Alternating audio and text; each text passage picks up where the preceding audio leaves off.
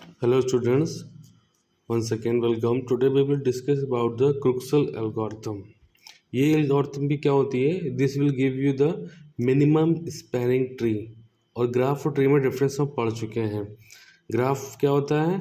A collection of edges and vertices. Tree क्या होता है? It is also a collection of edges and vertices. But क्या difference है tree और graph में? A graph which is connected by the minimum number of edges is called a tree. Correct.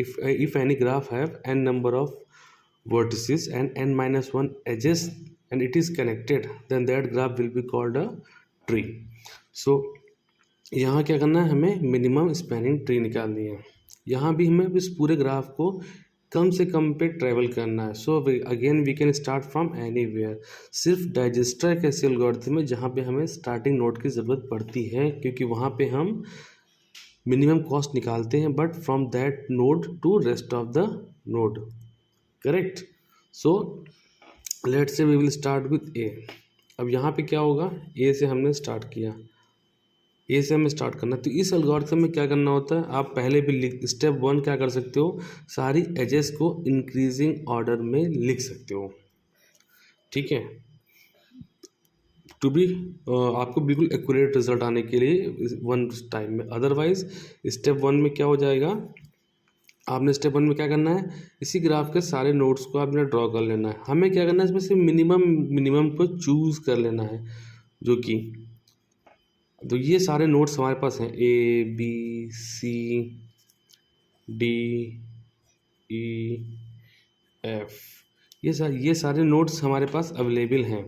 And हमें क्या करना है? इन एजेस को इसमें से कनेक्ट करना है with 1 2 3 4 5 6 number of vertices are there, so we have to pick 5 edges from here to here so that this graph become a tree with minimum weight. So again step 1 क्या होगा? We have to select a minimum weighted edge. अगर आप increasing order में लिख लोगे तो क्या होगा? पहले आप लिखोगे क्या? E और D. E आप यहाँ पे आप लिख भी सकते हो. लेट से ई डी की एज कितनी है? 2. ई सी की कितनी है? 2. इसके बाद 3 है एफ और ई की 3. इस तरीके से हम एक इंक्रीजिंग ऑर्डर में लिख सकते हैं. बट फॉर फास्ट स्टेप 1 में क्या होगा? हमें 2. अब जब भी हमारे पास सेम वेट की एज आएगी तो क्या करना है? We have a choice. इस यहाँ भी 2 है, यहाँ भी 2 है, तो आप कोई भी किसी एज को भी काउंट कर सकते हो, नो प्रॉब्लम. लेट से वी हैव टेकन दिस. तो स्टेप 1 इस एज को हमने ले लिया. ठीक है, इस तरीके से हमें आगे बढ़ते जाना है. फिर अब जो एजेस बच गई हैं उसमें मिनिमम कौन सी है? अभी से ये एज आपकी 2 की थी, तो अगेन अभी भी जो बच गई उसमें से 2 मिनिमम है, तो लेट से हमने 2 को ले लिया. बस ये ध्यान रखना है कि आपका साइकिल लूप नहीं बनना चाहिए. अब जो बच गई उसमें मिनिमम क्या है? मिनिमम है 3. तो ये भी 3 है, ये भी 3 है. अब आपके पास चॉइस है, कोई भी आप 3 की पिक कर लें. लेट से हमने इस 3 को ले लिया. लूप तो बन नहीं रहा है. अभी कौन सा 3? अभी नेक्स्ट किसको पिक करेंगे? जो बच गए उसमें मिनिमम कौन सा है? 3.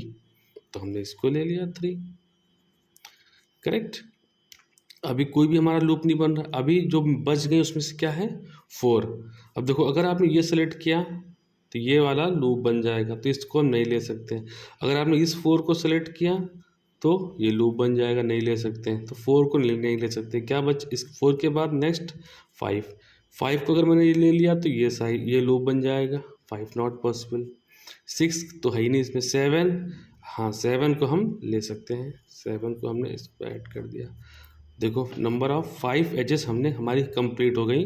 सो and all the nodes are connected. So this is a spanning tree and this is a minimum spanning tree. What will be the cost of minimum spanning tree? 7 plus 3 is 10. 10 plus 3 is 13.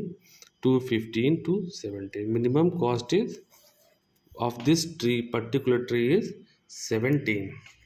So this will be the minimum spanning tree for this graph using a Cruxal algorithm.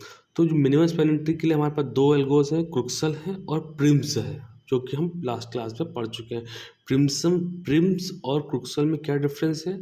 एक major difference है कि जो intermediary steps होते हैं prism और Kruskal में till we get the final graph, final spanning tree. तो जो इंटरमीडिएट होते हैं वहाँ पे जो प्रिम्स एल्गो होती है वो कनेक्टेड ही ट्री आपको देगी या कनेक्टेड ही ग्राफ देगी। अब यहाँ पे देखो, जब फर्स्ट स्टेप था इन सारे नोड्स में सिर्फ ये वाली एज अवेलेबल थी, सेकंड में ये अवेलेबल थी, ठीक है। तो इस तरीके से क्या था, ग्राफ कनेक्टेड नहीं था।